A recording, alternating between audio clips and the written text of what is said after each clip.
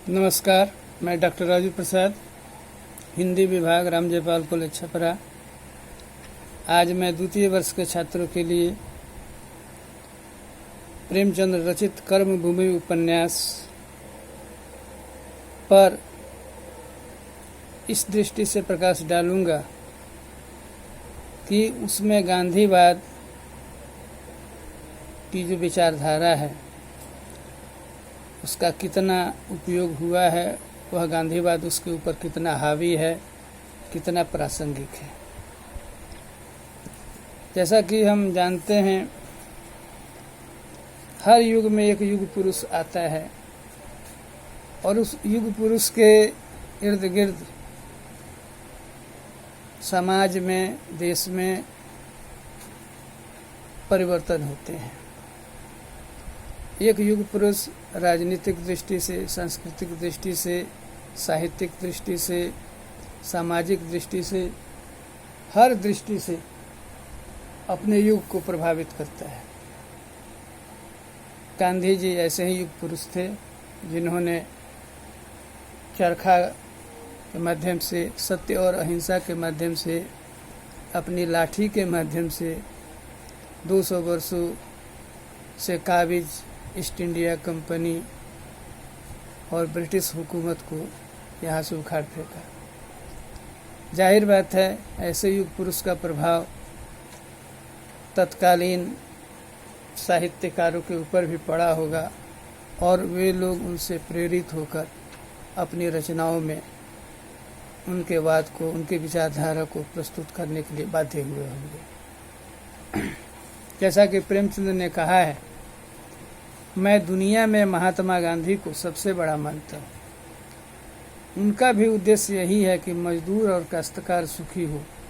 वह हम लोगों को बढ़ाने के लिए आंदोलन मचा रहे हैं। मैं लिख करके उनको उत्साह दे रहा हूँ। महात्मा गांधी हिंदू मुसलमानों की एकता चाहते हैं। मैं भी हिंदी उर्दू को मिलाकर हिंदुस्तानी बनाना चाहता हूँ। हिंदुस्तानी भाषा में हिंदी की तत्सम शब्दावली भी है और उर्दू फारसी का योगदान भी है। दोनों जब समान धरातल पर आते हैं तो एक आम फहम भाषा हिंदुस्तानी का आविर्भाव होता है। गांधीवाद का स्वरूप और तत्व, जैसा कि अभी हमारा विवेच्य विषय है कि कर्मभूमि पर गांधीवाद किस तरह से प्रभावी है, तो इसके पहले यह जानना जरूरी है कि गांधीवाद का स्वरूप क्या है, उसके अंदर कौन कौन से तत्व सन्निहित हैं। गांधीवाद के अनुसार मानवीय संबंधों की सार्थकता आर्थिक, राजनीतिक और विधिगत साधनों से नहीं, नैतिकता और धर्म से संभव है और सत्य मानव जीवन का आधार है। जीवन के हर क्षेत्र में यह बात विज्ञान और मौलिकता का विरोधी है। गांधी का चरखा भारतीय जीवन को में आ गए औद्योगिकीकरण के विरुद्ध घर और गांव की अभेद्यता का और आत्मनिर्भरता का प्रतीक है। उनका पंचायत राज औद्योगिक सभ्यता के वर्ग संघर्ष के विरुद्ध पुरातन कृषि सभ्यता की सहकारिता के महत्व का प्रतीक है।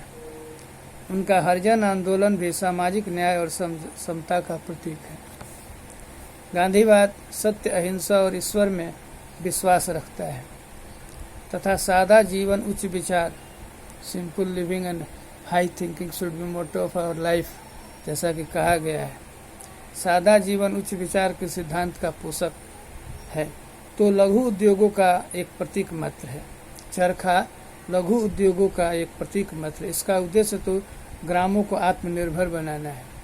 लघु उद्योग, कुटीर उद्योग के आधार पर ग्रामीण गरीबी को, ग्रामांचल की गरीबी को दूर किया जा सकता है। गांधीवाद लक्ष्य प्राप्ति के लिए किन्हीं अन्य साधनों का उपयोग न करके सत्य और अहिंसा का ही प्रयोग करता है। गांधीवादी सर्वोदय सबके कल्याण में विश्वास करता है।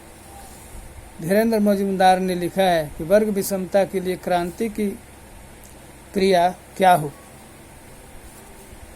उसके लिए दो ही तरीके हैं। एक वर्ग संघर्ष का हिंसात्मक तरीका जो मार्क्सवाद, माओवाद, लेनिनवाद में मिलता है। दूसरा वर्ग परिवर्तन की अहिंसात्मक क्रांति। उन्मूलन की प्रक्रिया हिंसा की प्रक्रिया है।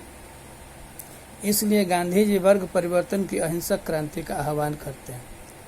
गांधी जी वर्ग संघर्ष नहीं, वर्ग परिवर्तन के अहिंसक पक्ष पर जोर देते हैं। वे बिना उत्पादन किए गुजारा करने वाले वर्ग को सामाजिक उत्पादन में शामिल होकर उत्पादक वर्ग में विलीन होने के लिए कहते हैं। गांधीवाद समाज तथा देश दोनों में ही क्रांति चाहता है, पर वह यह क्रांति हिंसात्मक उपायों से नहीं, हृदय परिवर्तन के द्वारा लाना चाहता है। जमींदार, पूंजीपति एवं महाजन किसानों, मजदूरों और कर्मचारियों को अपना दुश्मन नहीं, स्वयं को उनका ट्रस्टी समझें, न्यासी समझें। गांधी जी देश में शोषणहीन समाज की स्थापना का दृष्टिकोण रखते थे। जब शोषक और शोषित का भेद मिट जाएगा तो स्वयं ही वर्ग भेद समाप्त हो जाएगा और प्रेम तथा सौहार्द दोनों पक्षों में, दोनों समुदायों में बढ़ेगा। प्रेमचंद और गांधीवाद के इन विचारों एवं दृष्टिकोण के परिप्रेक्ष्य में जब हम प्रेमचंद को देखते हैं तो वह साम्यवादी और गांधीवादी दोनों ही दिखाई देते हैं। एक शोषणहीन समाज की स्थापना हो, पर यह शोषणहीन समाज संघर्ष के द्वारा नहीं, प्रेम और सौहार्द के द्वारा होना चाहिए। समाज परिवर्तन हृदय परिवर्तन के बल पर ही होगा। प्रेमचंद वर्ग संघर्ष का अस्तित्व स्वीकार तो करते हैं, लेकिन नए समाज की स्थापना में उसकी कोई आवश्यकता नहीं समझते। सेठ धनीराम और समरकांत का हृदय परिवर्तन और उनमें दया और सहानुभूति उत्पन्न करके प्रेमचंद ने इसी सिद्धांत की पुष्टि की है।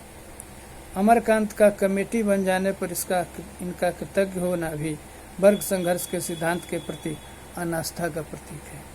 यहाँ यह जानना जरूरी है कि प्रेमचंद के समय में गांधी जी का सर्वोदयवाद व्यवहारिक क्षेत्र में नहीं आ पाया था। इस पर भी वह वर्ग संघर्ष के अनस्तित्व को स्वीकारते थे।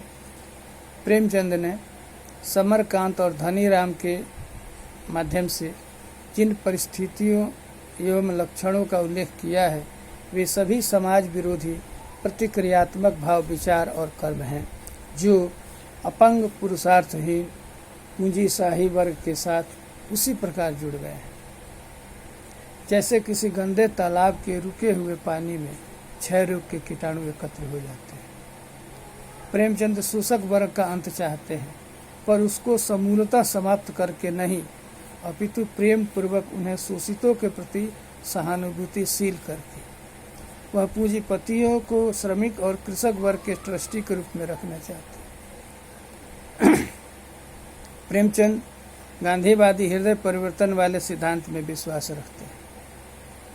गांधी जी का मानना था कि कोई आपके एक गाल पर तमाचा मारे तो दूसरा गाल भी आगे बढ़ा देना चाहिए, ताकि वो अपनी गलती को, मारने वाला अपनी गलती को महसूस करे और उसका हृदय परिवर्तन हो सके। गांधी जी के अहिंसा सिद्धांत के 3 पक्ष हैं: परोक्ष विरोध, सविनय अवज्ञा और असहयोग। सीधे सीधे गांधी जी टकराना नहीं चाहते। गांधी जी का विश्वास था कि अहिंसात्मक ढंग से ऐसी परिस्थितियां पैदा कर दी जाएं कि उसमें शोषक वर्ग को अपना मत परिवर्तन करने के अतिरिक्त और कोई उपाय ही नहीं रह जाए। समरकांत, धनीराम, आसाराम गिरी कर्मभूमि उपन्यास में शोषक वर्ग के प्रतिनिधि हैं। इस शोषक वर्ग जो परिस्थिति बस परिवर्तित हो जाते हैं, समरकांत के सामने उसकी पुत्री नैना, पुत्र अमर, पुत्र वधु सुखदा का मोह है। कोई भी पूंजीपति अपनी संपत्ति अपने बाद के सदस्यों के लिए, उत्तरजों के लिए छोड़ के जाना चाहता है। वह चाहता है कि मेरे जाने के बाद इस संपत्ति का कोई उपयोग करता हो। यह मोह लेकर ही आदमी इस जीवन में आता है, उसकी जीवन यात्रा चलती है और पूर्ण भी होती है। सुखदा का मोह है कि पुत्र बागी हो गया, पुत्री भाई के साथ ही, और पुत्र वधू भी बाद में ननद और पति का साथ देने को तत्पर हो गया। अकेला पिता क्या करे, इसलिए अपनी संतानों का साथ देता है। समरकांत अपना धन पहले तो दांत से पकड़े हुए रहते हैं, लेकिन जब देखते हैं कि घर का हर सदस्य समाज के लिए अपने को समर्पित कर रहा है, तो अपने ही संचित धन से उनका मोह भंग हो जाता है और वो भी उन्हीं के रास्ते पर चल पड़ते हैं और गरीबों का हित ऐसी हो जाते हैं। धनी राम धन का लोभी है, पर अपनी पुत्र वधू को पुत्र द्वारा गोली मारे जाने से जनता में अपने प्रति फैली घृणा और रोष से बचने के लिए एकदम परिवर्तित हो जाता है। अक्सर ऐसा देखा जाता है कि जब हमारे धन का कोई उपयोग करने वाला उत्तरज होता नहीं, तो हम उस धन का दान भी कर देते हैं। गांधी जी प्रजातंत्र को धर्म नीति मानकर चलते हैं, वह ईश्वरवादी हैं, जबकि प्रेमचंद धर्म का नीति से कोई संबंध नहीं मानते, वह पक्के अनिश्वरवादी हैं।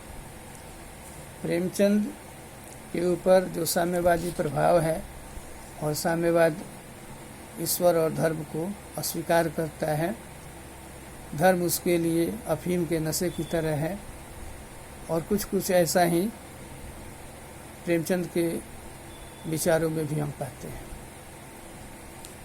प्रेमचंद स्पष्ट कहते हैं कि मैं गांधीवादी नहीं हूँ, केवल गांधी जी के चेंज ऑफ हार्ट में विश्वास करता हूँ। यहाँ स्पष्ट हो जाता है कि प्रेमचंद के ऊपर गांधी जी का पूर्ण प्रभाव नहीं है, बल्कि आंशिक प्रभाव है। गांधी जी के जिन बातों से वे सहमत हो पाते हैं या सहमत हैं, या जिन बातों का प्रभाव पड़ता है, उन्हीं बातों को लेकर वे अपने उपन्यासों में, अपनी रचनाओं में आगे बढ़ते हैं। गांधी जी औद्योगिकरण के विरुद्ध हैं, जबकि प्रेमचंद का मानना है कि समय के साथ, विश्व के साथ कदम से कदम मिला के चलने के लिए औद्योगिकरण जरूरी है।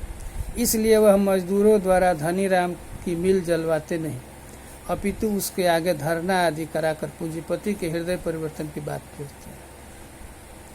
वह औद्योगिकरण और पूंजीवाद के कार्य कारण संबंधों को नजरअंदाज करते चलते हैं। देश काल से जुड़ा कोई बात जब अत्यधिक प्रभावी हो जाता है, तो वह साहित्य में भी अंशतः आ जाता है। कोई जरूरी नहीं कि वाद पूर्णतः साहित्यिक कृति में प्रतिबिंबित हो, लेखक का अपना चिंतन भी तो होता ही है। कर्मभूमि में अभिव्यक्त गांधीवादी विचारधारा पूर्ण रूपेण अंधानुकरण नहीं है, वरन उस पर भी उनकी भावनाओं की स्पष्ट छाप है। ईश्वर के प्रति अविश्वास, औद्योगिकरण का परोक्षतः समर्थन, देश की आर्थिक दशा के सुधार में पूंजीपतियों का योगदान आदि उन्हें गांधीवाद के विरुद्ध ले जाते हैं। किंतु साथ ही अहिंसा में विश्वास, असहयोग आंदोलन, पूंजीपतियों आदि के अत्याचारी मन हृदय का परिवर्तन और निर्धन अशिक्षित जनता का सुधार, ग्रामों की स्थिति का सुधार और प्रबुद्ध विचारकों द्वारा जन आंदोलन का नेतृत्व आदि उन्हें गांधीवाद के निकट ले जाते हैं। अतः कहा जा सकता है कि प्रेमचंद उतने गांधीवादी नहीं हैं जितने कम्युनिस्ट हैं। प्रेमचंद का गांधीवाद और प्रेमचंद का आदि गांधीवाद है और अंत साम्यवाद है। प्रेमचंद जब शुरू करते हैं तो उनके ऊपर गांधीवाद का प्रभाव पाते हैं हम, और जब उनकी रचनाओं की समाप्ति होती है तो उसमें हम साम्यवाद पाते हैं। कफन कहानी में भी साम्यवाद का अत्यंत प्रचंड रूप हमको अंत में प्राप्त होता है, जहाँ नायिका, गर्भवती नायिका मर जाती है और उसके कफन दफन के लिए भी पैसे नहीं हैं, और जो पैसे समाज के द्वारा मिलते हैं उसका भी वो शराब खाना पीना में उड़ा देते हैं।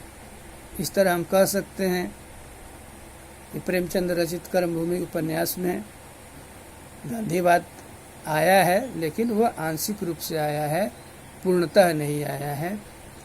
हर लेखक का, हर रचनाकार का अपना चिंतन होता है, अपना व्यक्तित्व होता है, अपनी शैली होती है और उसको वो छोड़ नहीं सकता। हाँ, रास्ते में चलते चलते थोड़ा बहुत किसी से प्रभावित हो जाना अलग बात है। धन्यवाद।